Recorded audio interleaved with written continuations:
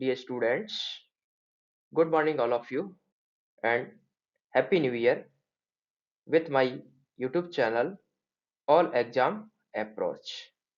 प्यारे बच्चों, आज हम मानव भूगोल के मूल सिद्धांत के अध्याय नंबर 2 विश्व जनसंख्या में जनांकीय संक्रमण सिद्धांत की अवस्थाएं एवं संक्रमण की मूल अवस्थाओं को जानने का प्रयास करते हैं।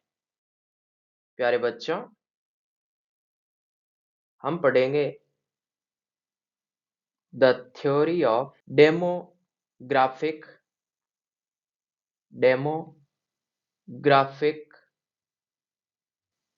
ट्रांजिशन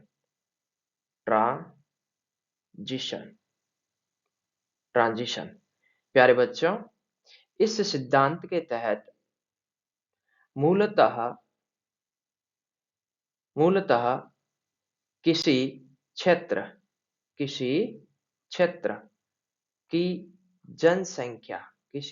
की जनसंख्या का वर्णन एवं भविष्य की जनसंख्या का पूर्वानुमान लगाने संबंधी इसका उपयोग किया जाता है। प्यारे बच्चों, इसके तहत क्या है कि किसी क्षेत्र की जनसंख्या का वर्णन यानी क्या है कि उस क्षेत्र की जनसंख्या वर्तमान कितनी है तथा वर्तमान किस अवस्था से गुजर रही है, तथा दूसरा उपयोग इसका क्या है बच्चों कि भविष्य की जनसंख्या का पूर्व अनुमान यानी क्या है कि इनका कितना विकास भविष्य में होने की संभावना है। अर्थात क्या है, इसके दो उपयोग रहेंगे। पहला, किसी क्षेत्र की जनसंख्या का वर्णन तथा दूसरा रहेगा भविष्य की जनसंख्या का पूर्व अनुमान लगाना। प्यारे बच्चों, इस सिद्धांत से संबंधित कुछ तथ्य पूछे जाएं तो ध्यान रखें, जनांकीय संक्रमण सिद्धांत के प्रतिपादक M.W. थॉम्पसन कौन थे? थॉम्पसन थे, यहाँ पर थॉम्पसन। और ये सिद्धांत इन्होंने 1929 में प्रतिपादित किया था। ध्यान रहे, जो जनांकीय संक्रमण सिद्धांत शब्द है, यह शब्द नोटेस्टिन द्वारा दिया गया 1945 में। हालांकि इन दोनों भूगोलवेताओं ने जनांकीय संक्रमण सिद्धांत के संबंध में अपने विचार रखे थे। प्यारे बच्चों, यहाँ देखिए पहला अवस्था है जो प्रारंभिक अवस्था है। कौन सी अवस्था है? प्रारंभिक अवस्था। देखिए, प्रारंभ में क्या था बच्चों? ग्रामीण समाज था। क्या था बच्चों? ग्रामीण समाज था। और ग्रामीण समाज था और यहाँ पर क्या है कि लोग थे ये अशिक्षित थे, यानी क्या है ये क्या है, कम पढ़े लिखे या पढ़े लिखे नहीं थे। और इसके साथ साथ में क्या है कि ये ग्रामीण समाज है, ये क्या कार्य करता था बच्चों? कृषि कार्य करता था। क्या कार्य करता था? कृषि कार्य करता था। इसलिए लिखा है कि खेतीहर, यानी क्या है, प्रारंभिक मानव है वो ग्रामीण समाज में रहता था, शिक्षा का अभाव था और इसके साथ ही साथ क्या है बच्चों, वह कृषि कार्य करता था, यानी क्या है कि वो प्रारंभिक आर्थिक क्रियाएं करता था।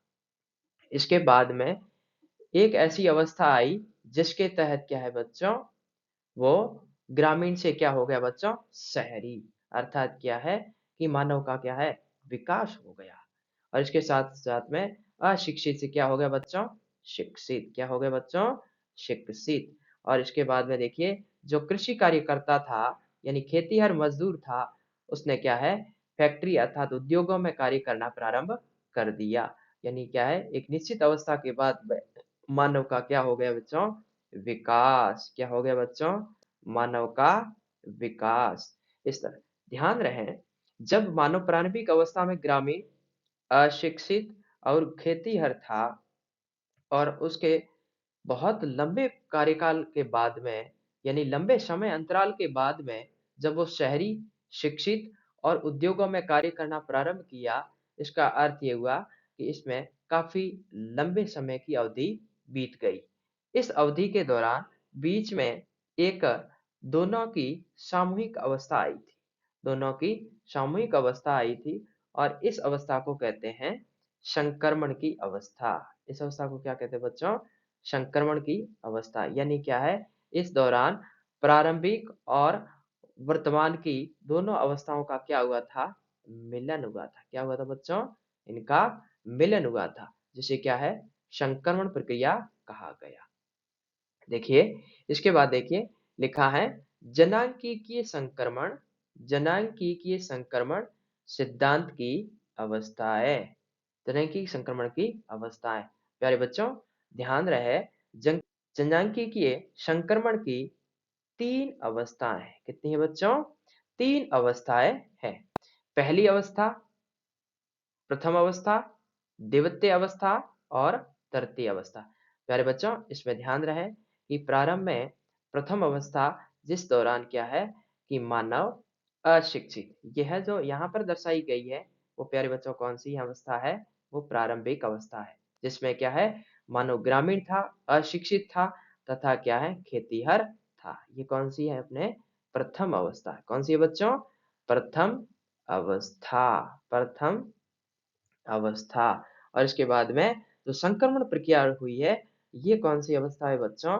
ये है अपने द्वितीय अवस्था। कौन सी है बच्चों? द्वितीय अवस्था। और इसके बाद में जब मानव का पूर्ण विकास हो गया, जब मानव शहरी हो गया, शिक्षित हो गया और उद्योग में कार्य करने लगा, अर्थात ये कौन सी अवस्था है बच्चों?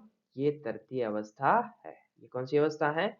यह तृतीय अवस्था है। इस तरह से क्या है प्यारे बच्चों, बोर्ड परीक्षा में पूछा जाए कि जनांकीय संक्रमण सिद्धांत की कितनी अवस्थाएं हैं, तो प्यारे बच्चों आपका उत्तर क्या होगा? 3 अवस्थाएं हैं। इसके बाद देखिए कि ये अवस्थाएं क्या है? एक निश्चित समय अंतराल बाद क्या है कि एक चक्र के माध्यम से, अर्थात क्या है कि प्रारंभिक अवस्था, उसके बाद संक्रमण अवस्था अर्थात द्वितीय, और उसके बाद क्या है? तृतीय अवस्था आएगी और तृतीय अवस्था के बाद में वापस क्या है? पुनः प्रथम अवस्था आ जाएगी। तो इस तरह से क्या है? पहले प्रथम, फिर द्वितीय और तृतीय, और इस तरह से अवस्थाओं में क्या है? परिवर्तन होता रहता है। क्या होता रहता है? परिवर्तन होता रहता है। यानी पहली बदली द्वितीय में आई और द्वितीय बदली किसमें गई? तृतीय में। और इस तरह से क्या है प्यारे बच्चों? यह चक्र चलता रहता है। यह चक्र क्या है? चलता रहता है। ये चक्र क्या है? चलता रहता है। और ये अवस्थाओं में जो परिवर्तन होता है, प्रथम से द्वितीय और द्वितीय में तृतीय और तृतीय से वापस पुनः प्रथम, और ये जो अवस्थाओं में परिवर्तन हो रहा है, ये परिवर्तन क्या कहलाता है? जनांकीय चक्र कहलाता है। तो प्यारे बच्चों, अब हम इन तीनों अवस्थाओं की एक-एक करके डिटेल पढ़ेंगे। तो प्यारे बच्चों, सबसे पहले हम पढ़ेंगे प्रथम अवस्था। कौन सी अवस्था बच्चों? प्रथम अवस्था। प्रथम अवस्था में क्या था बच्चों? कि जब मानव आदिम था, अर्थात क्या है कि प्रथम अवस्था में उच्च प्रजननशीलता, उच्च प्रजननशीलता। प्रजननशीलता का अर्थ है जन्म दर। यानी क्या है? प्रजनन अर्थात क्या है? जन्म दर। क्या है? जन्म दर अर्थात क्या है? सीबीआर। यानी क्या कह रहा है कि प्रथम अवस्था में सीबीआर अधिक थी। यानी जन्म दर क्या थी बच्चों? अधिक। और साथ ही साथ क्या है? उच्च मृत्यता। उच्च मृत्यता। मृत्यता का अर्थ क्या है बच्चों? सीडीआर। क्या है बच्चों? CDR, crude death rate. कौन सी? अशोधित मृत्यु दर। यानी क्या है कि जब मानव का विकास कम हुआ था, उस समय जन्म दर भी अधिक थी तथा क्या है? मृत्यु दर भी अधिक थी। इसके बाद लिखा है क्योंकि, दोनों का कारण, क्योंकि लोग महामारियों और भोजन की अनिश्चित आपूर्ति से मृत्यु दर में वृद्धि होती थी।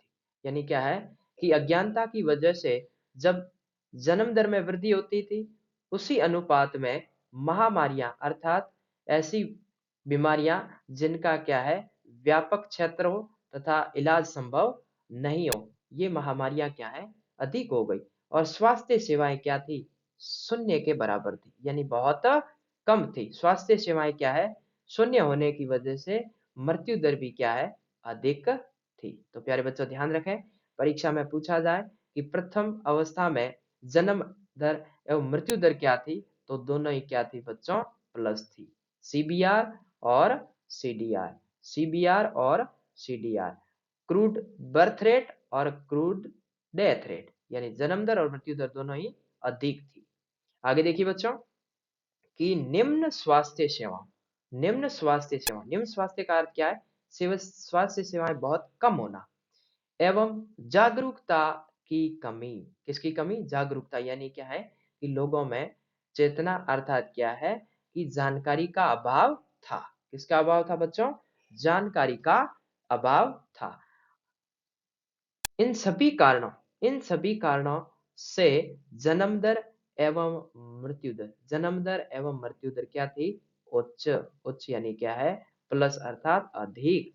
इन सभी कारणों से स्वास्थ्य सेवाएं कमजोर थी और इसके साथ साथ में क्या है लोगों में जागरूकता की क्या थी कमी थी। तो इस तरह से क्या है ये जो प्रथम अवस्था है उसकी क्या है विशेषता थी। इसके बाद देखिए बच्चों दूसरी अवस्था, कौन सी अवस्था दूसरी अवस्था, यहां मैं लिख देता हूं ये कौन सी अवस्था है बच्चों, ये जनांगीय संक्रमण की कौन सी अवस्था है द्वितीय अवस्था।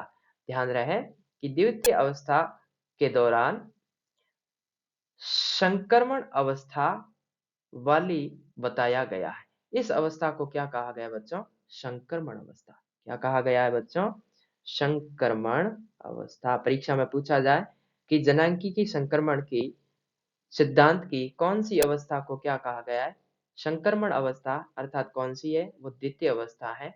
संक्रमण कहां से हो रहा है यानी क्या है तृतीय अवस्था और प्रथम अवस्था के मध्य है, अर्थात क्या है दोनों के बीच का संक्रमण है। मिला जुला रूप इसमें दिखाई देता है बच्चों। इस अवस्था में कौन सी अवस्था में द्वितीय अवस्था में स्वास्थ्य सेवा अर्थात स्वास्थ्य की दशाओं में सुधार होना शुरू हुआ।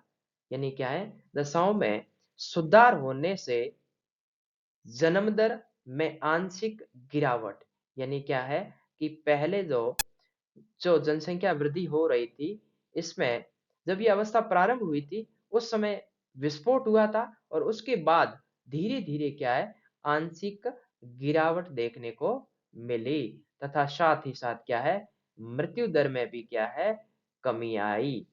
तो बच्चों पूछ लिया जाए कि द्वितीय अवस्था के दौरान जन्म दर एवं मृत्यु दर, तो आप बताओगे कि जो बर्थ रेट है उसमें एक बार विस्फोट हुआ और उसके बाद में क्या है आंशिक गिरावट आई, और जबकि सीडीआर में क्या है निरंतर कमी देखी गई। देखिए बच्चों इसके बाद है इस सिद्धांत की कौन सी अवस्था तृतीय अवस्था। कौन सी अवस्था है तृतीय अवस्था। तृतीय अवस्था में बच्चों देखिए क्या था यह अवस्था, यह अवस्था विकसित मानव समाज, यानी क्या है कि जहां पर मानव क्या है तकनीकी ज्ञान प्राप्त कर चुका था। विकसित मानव का अर्थ क्या है कि जहां पर मानव की जागरूकता में वृद्धि हो गई थी। तो प्यारे बच्चों अवस्था जो विकसित थी ये मानव के लिए क्या है बहुत ही संजीदा जीवन जीने के लिए अनुकूल मानी गई। इस अवस्था में कौन सी इस अवस्था में बेहतर स्वास्थ्य सेवाओं, बेहतर स्वास्थ्य सेवाओं एवं तकनीकी विकास, यानी क्या है कि इसमें दोनों चीजों में वृद्धि हो गई। एक तो क्या है हेल्थ और इसके साथ साथ में क्या है बच्चों टेक्नोलॉजी। क्या है बच्चों टेक्नोलॉजी। टेक्नोलॉजी में क्या हो गया बच्चों सुधार हो गया, अर्थात टेक्नोलॉजी का व्यवस्था में सुदृढ़ता आ गई। इसके तहत देखिए दोनों कारण कौन से स्वास्थ्य सेवाओं और तकनीकी विकास के कारण, के कारण लोगों में जन चेतना, लोगों में क्या है दोस्तों जन चेतना। चेतना का अर्थ क्या है लोगों में जागरूकता बढ़ना। तो लोगों में जन चेतना जागृत हुई, जिसके परिणाम स्वरूप, और जब जागरूक हुए जिसके परिणाम स्वरूप इस अवस्था में क्या हुआ बच्चों, इस अवस्था में निम्न जन्म दर, क्या लिखा बच्चों, ये निम्न जन्म दर यानी क्या है, जो सीबीआर है, क्रूड बर्थ रेट है, इसमें क्या आ गई बच्चों, कमी। और इसके साथ साथ में क्या है, निम्न मृत्यु दर, क्या लिखा है बच्चों, ये निम्न मृत्यु दर, यानी क्या लिखा हुआ है, ये CDR है, वो भी क्या हो गई, कम हो गई। तो बच्चों ध्यान रखें कि विकसित मानव अर्थात अंतिम अवस्था में क्या हुआ, तीसरी अवस्था में CBR और CDR दोनों ही क्या हो गई बच्चों, कम हो गई। CBR और CDR क्या होती है, इससे पूर्व के वीडियो में हमने पढ़ा था, और ये दोनों क्या हो जाती है बच्चों, इस अवस्था में कम हो जाती है। और इसके ठीक विपरीत कौन सी अवस्था, जो प्रथम अवस्था है, जो प्रथम अवस्था है, इस अवस्था में क्या है बच्चों, CDR, CDR, CBR और CDR दोनों क्या है, अधिक होती है, दोनों क्या होती है बच्चों, अधिक होती है। इसके बाद देखिए बच्चों, यह क्वेश्चन है बोर्ड की दृष्टि से महत्वपूर्ण है कि जनांगीय संक्रमण सिद्धांत की अवस्थाओं पर प्रकाश डालिए। अब बच्चों हम पढ़ेंगे जनांगीय संक्रमण सिद्धांत की तीनों अवस्थाओं पर ग्राफ, क्या पढ़ेंगे हम, इससे संबंधित ग्राफ पर चर्चा करेंगे। तो प्यारे बच्चों, यहाँ पर एक लाइन लिखी हुई है, अशोधित जन्म दर ऑब्लिक अशोधित मृत्यु दर। तो प्यारे बच्चों ध्यान रखें, अशोधित जन्म दर का अर्थ क्या है, यहाँ पर क्या लिखना है बच्चों, CDR, यानी क्या है, क्रूड डेथ रेट, और उसके साथ में यहाँ पर क्या है बच्चों, अशोधित मृत्यु दर, यानी क्या है, CBR, क्रूड बर्थ रेट। तो यहाँ पर जो अपना यहाँ पर एक्स अक्ष है, कौन सा अक्ष बच्चों, एक्स अक्ष है, इस अक्ष पर क्या है, क्या दर्शाना है हमें, CBR और CDR, CBR और CDR। और जो y अक्ष है, इस तरफ देखें बच्चों, ये कौन सा है हमारा, y अक्ष, कौन सा है, y अक्ष। और x अक्ष पर क्या है, हम क्या दर्शाएंगे, समय को, किसे दर्शाएंगे बच्चों, समय को दर्शाएंगे, समय।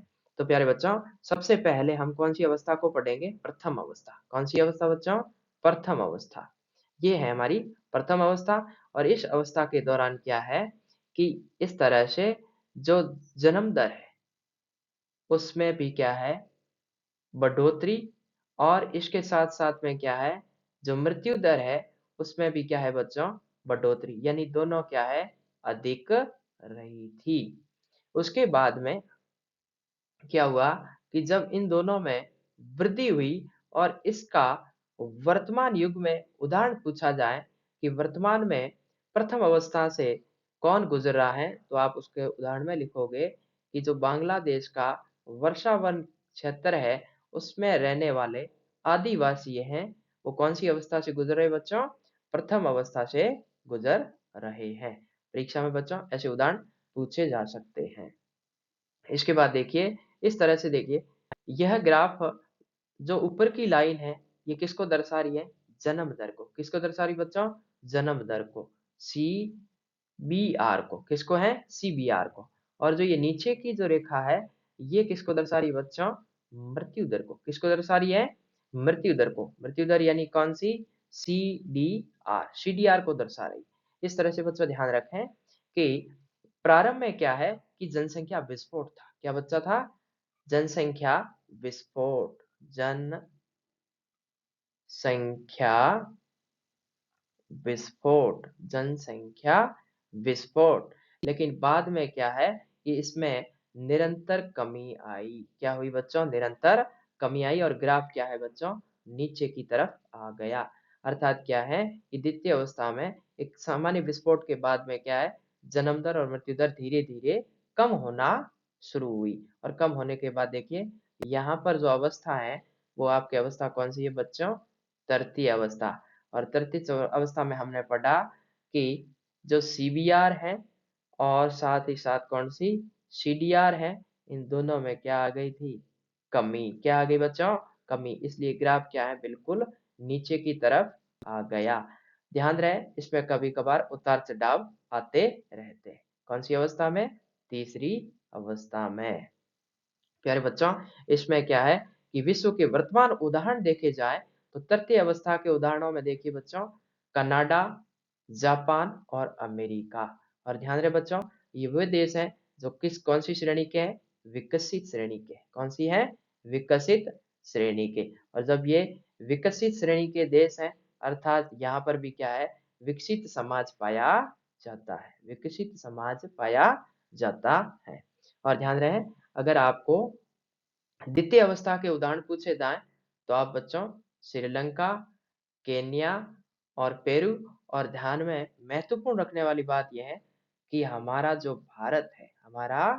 भारत है वो भी कौन सी अवस्था से गुजरा है बच्चों? द्वितीय अवस्था से गुजर रहा है। प्यारे बच्चों, अगर परीक्षा में पूछ लिया जाए कि जनांकीय संक्रमण सिद्धांत के अनुसार भारत कौन सी अवस्था से गुजर रहा है, तो प्यारे बच्चों ध्यान रखें, द्वितीय अवस्था से गुजर रहा है। आगे बढ़ते हैं बच्चों।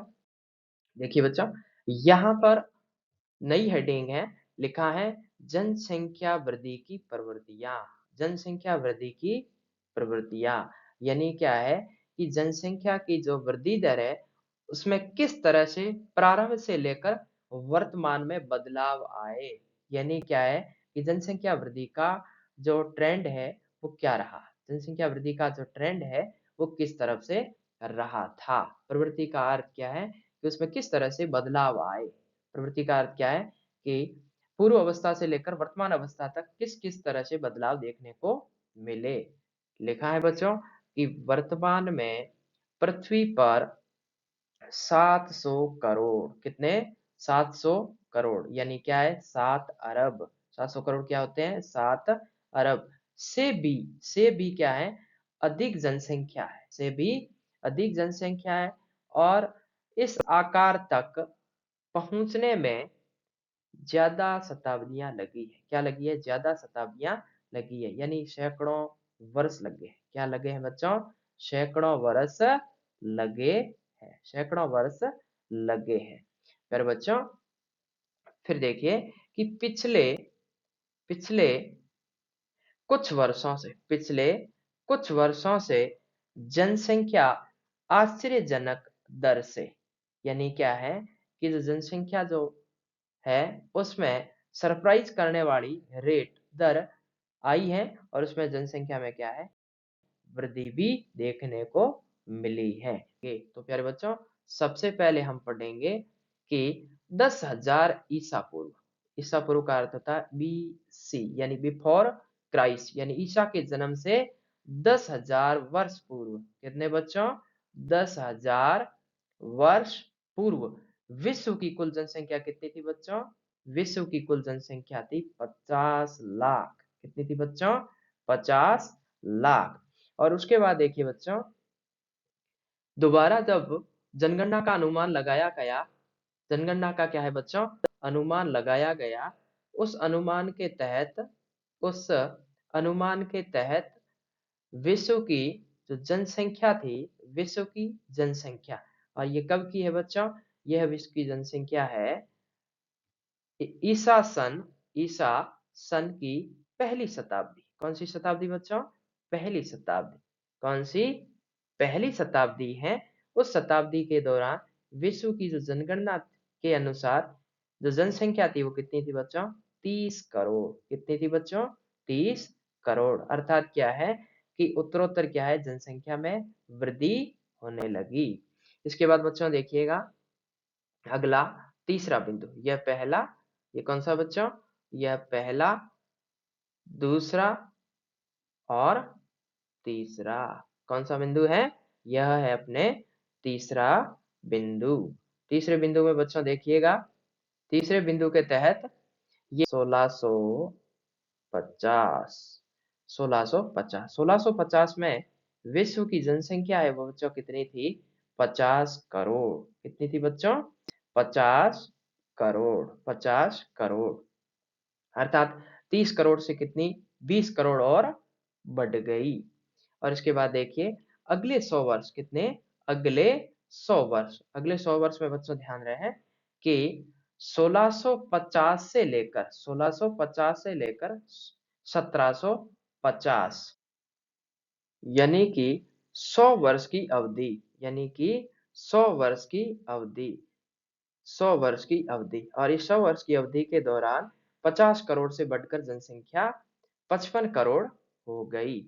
इसके बाद बच्चों ध्यान दें 1750 के बाद में विश्व की जनगणना 1830 का अनुमान, और इसके अनुसार क्या है, विश्व की जनसंख्या पहली बार कब, पहली बार कितनी होगी बच्चों, 100 करोड़। और बच्चों 100 करोड़ किसको कहते हैं, 1 अरब को। किसे कहा जाता है बच्चों, 1 अरब को कहा जाता है। तो बच्चों परीक्षा में पूछ ले कि विश्व की जनसंख्या पहली बार 1 अरब कब हुई थी, तो क्या उत्तर आएगा बच्चों, 1830। कब हुई थी, 1830 में। इसके बाद बच्चों देखें 1830 से लेकर कब, 1830 से लेकर 1930 यानी वापस 100 वर्ष की बाद की गणना करने पर विश्व की जनसंख्या बच्चों कितनी हो गई, 2 अरब। कितनी होगी बच्चों, 2 अरब। यानी क्या है कि 100 वर्षों में कितनी, 100 वर्षों में जनसंख्या क्या हो गई, 1 अरब से 2 अरब, अर्थात क्या है, दुगुनी हो गई। इस तरह से अगला है 1960, यानी कब, 1960। और 1960 में विश्व की जो जनसंख्या है ये पुनः दुगुनी हो गई। यानी क्या है कि 2 अरब से फिर क्या है, 1 अरब और बढ़ गई। कितनी बढ़ गई, 1 अरब और बढ़ गई। और ये कितनी हो गई बच्चों, 3 अरब। कितनी हो गई, 3 अरब हो गई। इसके बाद में अगली बार जो है 1 अरब जनसंख्या बढ़ने में कितने वर्ष लगे बच्चों, 30 वर्ष। कितने लगे, 30 वर्ष। यानी 1930 से 1960, 1930 से 1960। इसके बाद देखिए बच्चों 1960 के बाद 15 वर्ष, 1960 के बाद 15 वर्ष में जब जनगणना की गई, क्या है बच्चों, जनगणना की गई। और इस जनगणना में पुनः 1 अरब की जनसंख्या की वृद्धि हो गई। क्या हो गई बच्चों, 1 अरब जनसंख्या में वृद्धि हो गई। और 1 अरब की वृद्धि होने से यह 3 अरब से बढ़कर कितनी हो गई बच्चों, 4 अरब हो गई। क्या हो गई बच्चों, 4 अरब हो गई। 4 अरब होने के बाद में पुनः जनगणना 1975 के बाद में कब की गई बच्चों, यह जनगणना की गई आपके 1987 में। कब की गई बच्चों, 1987 में। और ये कितने वर्ष बाद की गई बच्चों, 12 वर्ष बाद। कितने वर्ष बाद, 12 वर्ष बाद जनगणना की गई। और इस दौरान 4 अरब से बढ़कर कितने, 4 अरब से बढ़कर ये कितनी हो गई बच्चों, 5 अरब जनसंख्या हो गई। और इसके पश्चात पुनः 12 वर्ष, यानी 1987 के बाद 1987 के बाद क्या हुआ कि 1987 के बाद में कब, 1999 में, 1999 में जब जनगणना की गई तब 5 अरब से बढ़कर जनसंख्या कितनी होगी बच्चों, 6 अरब। और यहाँ पर भी ध्यान रखें पुनः 1 अरब की वृद्धि है वो कितने वर्षों में हो गई बच्चों, 12 वर्ष में। कितने वर्षों में, 12 वर्ष में, 12 वर्ष में हो गई। तो ध्यान रहे बच्चों कि जनसंख्या को पुनः 1 अरब बढ़ने में कितने वर्ष लग गए, 12 वर्ष लग गए। इसके पश्चात देखिए अगली जो विश्व की जनगणना है वो कब की गई, 2011 में। कब की गई बच्चों, 2011 में। और 2011 में बच्चों क्या हुआ कि ये जनसंख्या क्या 6 अरब से बढ़कर कितनी हो गई, 7 अरब। कितनी हो गई बच्चों, 7 अरब। कितनी हो गई, 7 अरब। और 7 अरब का अर्थ ये हुआ कि पुनः पुनः क्या हुआ, 12 वर्षों में। कितने, 12 वर्षों में क्या हुआ कि यह जनसंख्या बढ़कर 7 अरब हो गई। अर्थात क्या है कि पुनः 1 वर्ष 1 अरब की वृद्धि हो गई। इस तरह से बच्चों प्रति 12 वर्ष, इस तरह से क्या है, प्रति 12 वर्ष, कितने, प्रति 12 वर्ष, प्रति 12 वर्ष के दौरान क्या है कि जनसंख्या में 1 अरब की वृद्धि होना शुरू हो गई। क्या हो गया बच्चों, 1 अरब की वृद्धि होना प्रारंभ हो गई। और यह वृद्धि क्या है बच्चों, यह वृद्धि है जो वर्तमान में भी बढ़ रही है। क्या है बच्चों, यह वृद्धि वर्तमान में भी क्या है, बनी हुई है। क्या है बच्चों, वर्तमान में बनी हुई है।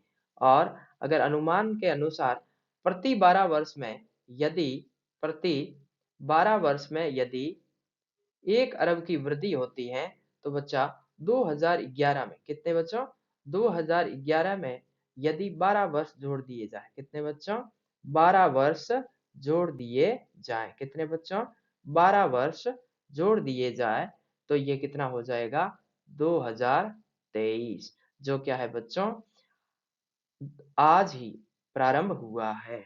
क्या है बच्चों, आज ही प्रारंभ हुआ है। तो अगले जो 12 वर्ष अर्थात वर्तमान में है, जो विश्व की जनसंख्या पूछी जाए तो बच्चों कितनी हो गई है, 7 से बढ़कर 8 अरब, कितनी हो गई बच्चों, 7 से बढ़कर 8 अरब हो चुकी है। तो प्यारे बच्चों, आप समझ गए होंगे कि जनसंख्या में जो प्रवृत्तियां पाई जाती हैं वो निरंतर क्या है, बढ़ने की प्रवृत्ति पाई गई है। इसके बाद देखिए बच्चों, हमारा जो ये लेसन था, इसके जो संपूर्ण बिंदु थे उनका हमने 4 खंडों में, कितने खंडों में, 4 खंडों में अध्ययन किया। और आज हमने क्या है, चौथा खंड की जो एनसीईआरटी की किताब थी उसके सभी पक्षों को हमने पढ़ा है। और अंत में इस पाठ के महत्वपूर्ण तथ्यों पर भी प्रकाश डालते हैं। यानी क्या है कि जो महत्वपूर्ण कथन है उनके ऊपर भी हम क्या है, थोड़ा सा प्रकाश डाल देते हैं बच्चों। तो देखिए, हम इसमें क्या है कि जानेंगे, इसमें जानने का प्रयास करेंगे कि कौन कौन से कथन है जो क्या है, महत्वपूर्ण है। पहला कथन है बच्चों, पहला कथन, पहले कथन में लिखा है कि विश्व की जनसंख्या है, इसमें असमान रूप से वितरण पाया जाता है। यानी जो हमने इसमें पहले भी पढ़ा था, तो विश्व में क्या है, जो जनसंख्या का जो वितरण है वो कैसा है बच्चों, असमान। और असमान का अर्थ क्या होता है कि अलग अलग क्षेत्रों में जनसंख्या क्या है, भिन्न भिन्न अर्थात अलग अलग पाई जाती है। यानी प्रत्येक क्षेत्र में बराबर बराबर जनसंख्या नहीं होती है। इसके बाद देखिए, दूसरा जो बिंदु है उसमें लिखा है कि एक अनुमान के अनुसार विश्व की विश्व की 90%, विश्व की 90% जनसंख्या केवल 10% स्थलीय भाग पर निवास करती है। यानी क्या है कि जॉर्ज बी क्रेसी की जो बात है वो यहाँ पर आ रही है कि जो 10% जो भूभाग है, 10% भूभाग यानी संपूर्ण पृथ्वी का 10% भाग है, उस पर कुल जनसंख्या का 90% यहाँ निवास करता है। क्रेसी ने कहा था कि एशिया के बहुत ऐसे स्थान हैं, बहुत ऐसे कम स्थान हैं जहां पर अधिक जनसंख्या रहती है। वही बात यहाँ पर बच्चों क्या है, लागू हो रही है। बहुत कम स्थान का अर्थ केवल 10% स्थान, और वहां पर क्या है, अधिक जनसंख्या अर्थात क्या है, 90% जनसंख्या निवास करती है। इसके बाद देखिए बच्चों, तीसरा जो तथ्य है लिखा है कि विश्व के 10 सर्वाधिक आबादी वाले देशों में विश्व की लगभग 60% जनसंख्या, कितनी बच्चों, 60% जनसंख्या है वो क्या है, विश्व के शीर्ष यानी क्या है, टॉप 10 देशों में निवास करती है। टॉप 10 देशों में क्या है, निवास करती है। कितनी जनसंख्या बच्चों, 60% जनसंख्या। 60% जनसंख्या का अर्थ है कि दुनिया की आधे से अधिक जनसंख्या कहाँ पर निवास करती है, केवल दुनिया के टॉप 10 देशों में निवास करती है। इसके बाद चौथा महत्वपूर्ण कथन क्या लिखा है बच्चों, इसमें देखिए लिखा है कि जनसंख्या में परिवर्तन धनात्मक अथवा ऋणात्मक भी हो सकता है। यानी क्या है कि जनसंख्या में जो परिवर्तन का अर्थ होता है बदलाव, और बदलाव में दोनों बातें शामिल होती है। बदलाव का अर्थ कोई चीज में बढ़ोतरी होती है, उससे भी बदलाव कहा जाता है, और जो कमी होती है उसे भी कहा जाता है। तो इसका अर्थ है कि जनसंख्या परिवर्तन में क्या है, धनात्मक यानी क्या है, वृद्धि भी होती है, और कई बार जनसंख्या में क्या है, ऋणात्मक अर्थात क्या है, कमी भी होती है। इसके बाद देखिए अगला जो महत्वपूर्ण तथ्य है उसमें लिखा है कि जनसंख्या वृद्धि केवल बढ़ती हुई जन्म दर, केवल बढ़ती हुई जन्म दर से नहीं बल्कि घटती हुई मृत्यु दर से भी होती है। बच्चों इस कथन को समझने का प्रयास करें। ये कह रहे हैं कि जो जनसंख्या में जो वृद्धि है यानी परिवर्तन है, वृद्धि का अर्थ बढ़ोतरी नहीं है बच्चों, वृद्धि का अर्थ परिवर्तन है। केवल जनसंख्या में परिवर्तन जन्म दर यानी क्या है कि जन्म लेने से या अधिक संख्या में जन्म लेने वाले बच्चों से नहीं, बल्कि जो जन्म ले रहे हैं उन बच्चों के जन्मने के बाद अगर उसकी मृत्यु दर में भी कमी होती है तो उसमें भी क्या है, जनसंख्या में परिवर्तन पाया जाता है। अगला देखिए बच्चों लिखा है कि जनसंख्या जनसंख्या वृद्धि और आर्थिक विकास, इस बिंदु को हमने पहले भी चर्चा की है कि जो हमारा पॉपुलेशन ग्रोथ है, क्या है बच्चों, पॉपुलेशन ग्रोथ यानी जो हमारा जो पीजी है, पीजी, और इसके बाद में क्या लिखा है बच्चों, आर्थिक विकास, क्या है, पीजी और आर्थिक विकास यानी क्या है, इकोनॉमिकल जो डेवलपमेंट है, क्या है बच्चों, इकोनॉमिकल डेवलपमेंट है। इसमें क्या होगा, इकोनॉमिक डेवलपमेंट, इसमें भी क्या है, विपरीत संबंध है। विपरीत का अर्थ क्या है कि अगर जनसंख्या वृद्धि अधिक होगी तो उस देशों का क्या, आर्थिक विकास कम होगा, और जिन देशों का आर्थिक विकास अधिक है उन देशों में जनसंख्या वृद्धि दर क्या है बच्चों, कम है। कारण यह है कि जहां पर जनसंख्या वृद्धि अधिक होगी वहां पर क्या है, आवश्यक संसाधनों की पूर्ति नहीं होगी और लोगों की क्या है, आर्थिक स्थिति में विकास नहीं हो पाता है। अतः क्या लिखा है, यह कथन बहुत महत्वपूर्ण है, रिक्त स्थान में पूछा जा सकता है कि जनसंख्या वृद्धि और आर्थिक विकास में किस प्रकार का सहसंबंध पाया जाता है। तो बच्चों इसमें आप याद रखना किस प्रकार का संबंध पाया जाता है, ऋणात्मक संबंध पाया जाता है।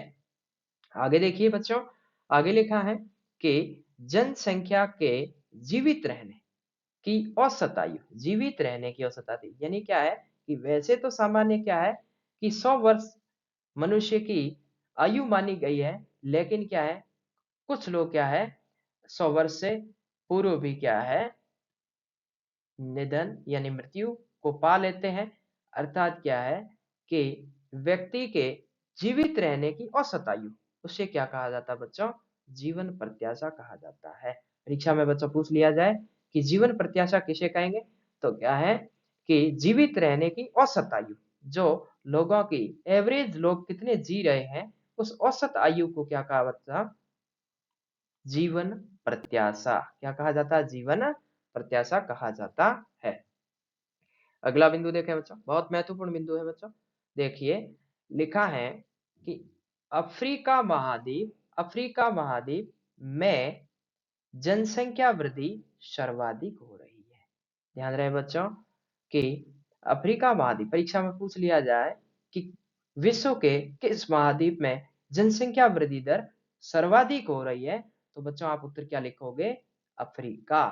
अफ्रीका में वह क्षेत्र जहां पर जनसंख्या वृद्धि हो रही है, अर्थात अफ्रीका महाद्वीप पिछड़ा हुआ महाद्वीप माना गया है, क्योंकि इससे पहले हमने पढ़ा था कि जिन क्षेत्रों में जनसंख्या वृद्धि अधिक होती है उन क्षेत्रों का आर्थिक विकास कम होता है, इसलिए कहा गया कि जनसंख्या वृद्धि और आर्थिक विकास के मध्य क्या है बच्चों, नकारात्मक संबंध पाया जाता है।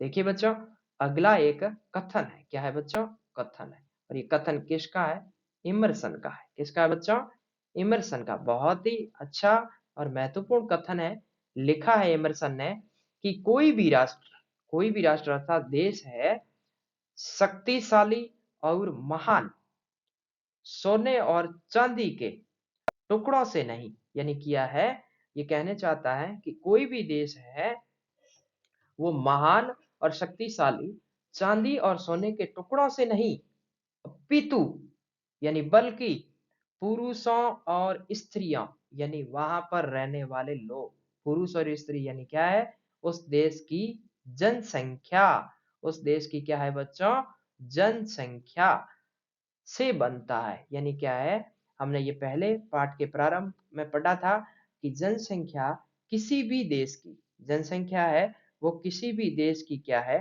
पहचान है। क्या है बच्चों, पहचान है। उस देश की क्या है, वो संपत्ति है। क्या है बच्चों, वो उस देश की संपत्ति है और साथ ही साथ वो उस देश का क्या है, पावर है, उस देश की क्या है, शक्ति है। यानी क्या है कि पुरुष और स्त्री ही उसकी पहचान है। को किसी भी देश की पहचान, ये महत्व जो महंगे धातु यानी क्या, सोना व चांदी से किसी भी देश की पहचान नहीं बनती है। किसी देश की पहचान उसमें रहने वाले लोग ही होते हैं। तो इमर्सन का ये कथन बच्चों ध्यान रखना। इसके बाद में अंतिम कथन है, यहाँ पर जो बिंदु है लिखा है कि 21वीं शताब्दी के प्रारंभ में, 21वीं शताब्दी के प्रारंभ में विश्व जनसंख्या कितनी थी बच्चों, 6 करोड़ थी। जब क्या है 21वीं शताब्दी शुरू हुई थी उस समय, लेकिन उसके पहले ही दशक में ये कितनी हो गई बच्चों, ये 700 करोड़ हो गई। और इसके बाद में जो दूसरा दशक लगा तब ये कितनी हो गई बच्चों, 800 करोड़ हो गई। अर्थात क्या है, 21वीं सदी यानी 2000 जब लगा था उसमें 6 करोड़, 600 करोड़, और 2010-11 तक कितनी हो गई, 700 करोड़ यानी 7 अरब। और वर्तमान में 2023 में ये लगभग अनुमान आधारित कितनी हो गई है, 800 करोड़ यानी 8 अरब। कितनी हो गई बच्चों, 8 अरब हो चुकी है। इसके बाद देखिए आपके पाठ्य पुस्तक में मानचित्र कौशल भी दिया गया है। इसमें देखिए मानचित्र कौशल में बच्चों, यहाँ पर आप यहाँ देखिए, जो मानचित्र कौशल यानी क्या है कि बच्चों में मानचित्र की समझ विकसित होना भी जरूरी माना गया है। तो इसके तहत हम क्या है, इस मानचित्र के माध्यम से एक महत्वपूर्ण जानकारी को लेंगे। और वो जानकारी क्या है बच्चों, वो जानकारी यह है कि यूरोप महाद्वीप, कौन सा महाद्वीप बच्चों, यूरोप महाद्वीप में ऋणात्मक जनसंख्या वृद्धि, यानी क्या है कि यूरोप महाद्वीप में जनसंख्या में ऋणात्मक अर्थात क्या है, कमी आ रही, वृद्धि दर है उसमें क्या है, जनसंख्या की वृद्धि है उसमें क्या आ रही है, कमी आ रही। यानी क्या है, जो आपके जो जन्मने की जो दर है उसमें ऋणात्मकता अर्थात कमी आने लगी है। उसके कुछ देशों के यहाँ पर उदाहरण प्रस्तुत किए गए हैं। उन उदाहरणों में देखिए कौन कौन से देश हैं यूरोप महाद्वीप के। देखो यूरोप महाद्वीप इसलिए क्योंकि यूरोप महाद्वीप में शिक्षित, स्वास्थ्य और अन्य सेवाएं सुदृढ़ होने के कारण क्या है, ये जो महाद्वीप है यह कैसा महाद्वीप है बच्चों, विकसित महाद्वीप है। कौन सा है, विकसित महाद्वीप। कौन, यूरोप महाद्वीप। कौन सा, यूरोप महाद्वीप।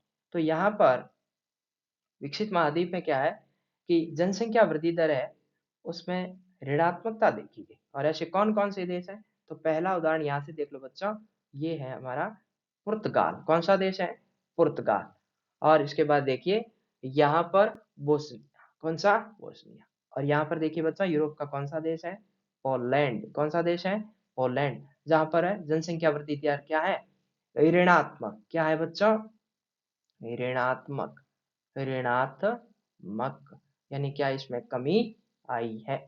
इसके अलावा देखिए यहाँ पर ये देश जो आपको दिखाई दे रहा है, यहाँ पर लिखा है लिथुआनिया। कौन सा, लिथुआनिया। उसके बाद एस्टोनिया। कौन सा, एस्टोनिया। और एस्टोनिया के नीचे कौन सा है, लात, कौन सा है, लातविया, लातविया।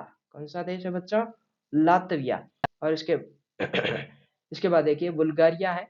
उसके बाद देखिए यहाँ पर नीचे की तरफ कौन सा देश है, ग्रीस। कौन सा देश है, ग्रीस। और इसके बाद देखिए यहाँ पर सर्बिया, कौन सा देश है? सर्बिया। और इसके बाद में देखिए रोमानिया, कौन सा देश है? रोमानिया। तो इस तरह से ये वो देश यूरोप के हैं जहां पर ऋणात्मक जनसंख्या दर पाई गई है। तो प्यारे बच्चों, मैं उम्मीद करता हूं कि पढ़ाया गया लेसन आपको अच्छी तरह से समझ आया होगा। वीडियो देखने के लिए धन्यवाद।